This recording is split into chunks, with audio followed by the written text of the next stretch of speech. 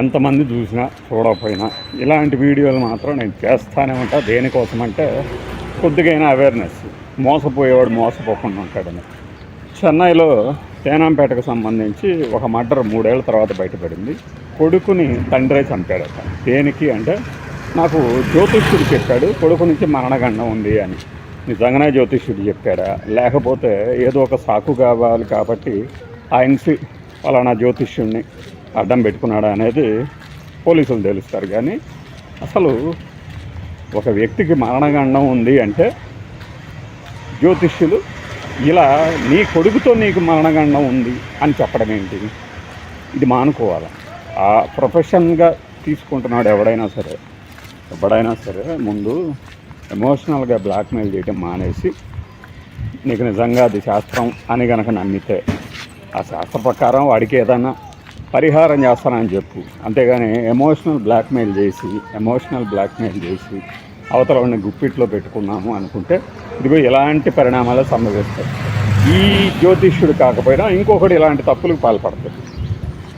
అంచేత ఈ కుమారుడు పుట్టగానే నీకు కుమారుడి చేతిలో మరణగండం ఉంది, పనికి మాలిన ఆ గండం ఉంది, ఈ గండం ఉందని చెప్పేవాళ్ళు వాళ్ళ దగ్గర పెట్టుకోవాల్సి వస్తుంది. లేకపోతే ఏమవుతుంది? ఇదిగో ఇప్పుడు ఈ కేసులో తండ్రి వాడు చంపింది మామూలుగా ఆస్తి తగాదాలు. అతను మొదటి భార్య కొడుకట, 20 ఏళ్ళు ఉంటుంది, తండ్రికి 50 ఏళ్ళు ఉంటుంది. మరి మొదటి భార్య కొడుకు ఆస్తి కోసం తనతో తగాదా పడుతున్నాడు. ఓకే, ఈ తగాదాల మధ్యలో జ్యోతిష్యుడు ఎందుకు వచ్చాడు? నీ కొడుకుతోనే నీకు మరణగండం ఉంటుంది, మరొకటి ఉంటుంది, మట్టి గండం ఉంటుంది, ఇవన్నీ ఎవడు చెప్పమన్నాడు? చెప్పడం వలన ఈ రోజున మోటివ్ ఏంటి అంటే మోటివ్ ఇది అని చెప్పడానికి ఒక రీజన్ దొరికింది కదా. సో ఇలాంటి వాటికి దూరంగా ఉండి నువ్వు నమ్ముకున్న వృత్తిని త్రికరణ శుద్ధిగా ఫాలో అవుతూ చెప్పుకుంటూ పోతే ఇలాంటి వాటిని అవాయిడ్ చేయొచ్చు. అది కాకుండా నా దగ్గరకు వచ్చాడు కదా వీడిని ఏదో రకంగా మన గ్రిప్ నుంచి జారిపోకుండా చూసుకున్నాము, నీకు ఫలానా దాంతో ఫలానా గండం ఉంది, దీంతో ఇలా ఉంది, ఇలా చేద్దాం అలా చేద్దాం అంటే చివరికి ఇలాంటి హత్యలకు ఆత్మహత్యలకు ప్రేరేపించడం అనేది సరైన పద్ధతి కాదు. కానే కాదు, అందరూ చెప్తారు.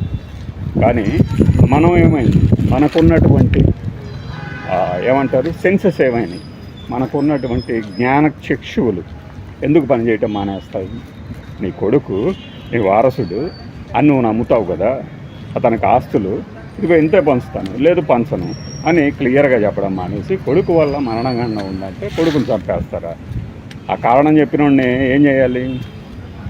అందుకే ఇలాంటి వాటికి నువ్వు శాస్త్రంగా నమ్మితే నమ్ము, కానీ అవతలోడిని హాని కలిగించే రేంజ్లో నువ్వు ఎందుకు నమ్మాలి? ఇప్పుడు ఏమైంది? ఒకవేళ పొరపాటున కోర్టు వీడికి మరణ శిక్ష వేస్తే అప్పుడు కొడుకు వల్ల మరణగండం అలా సంపూర్ణమవుతుంది. తప్పు కదా ఇది. ఇలాంటి వాటిని ఎంకరేజ్ చేయకండి, ఎక్కడ కూడా ఎంకరేజ్ చేయకండి. మీరు కావాలంటే ఇదిగో నేను ఒక మంచి ముహూర్తం కోసం వెళ్తున్నాను, మంచి జరగాలని కోరుకోండి. అంటే కానీ ఇదిగో నీ కొడుకు వల్ల ఇలా జరిగింది, నువ్వు చేసిన ఈ కార్యం వల్ల ఇలా అవుతావు అంటే, ఇప్పుడు తమిళనాడులో విజయ్కి పర్సనల్ స్పెషల్ ఆఫీసర్ కింద జ్యోతిష్యుని ఒక ఆయన నియమించారు. అతని పదవి ఎంతకాలం ఉంటుందో అతను ఎందుకు ఊహించలేకపోయాడు? మరి ఇలాంటి ప్రశ్నలకి లాజిక్ ఉంటుంది కదా, సమాధానం ఉందా మరి? అందుకనే దేన్ని ఎంతవరకు నమ్మాలో అంతవరకు నమ్మాలి. మీ చుట్టూ ఉన్నవాళ్ళు మిమ్మల్ని ఇన్ఫ్లుయెన్స్ చేస్తారు, రకరకాలుగా ఇన్ఫ్లుయెన్స్ చేస్తారు. వాళ్ళ బారిన పడకండి.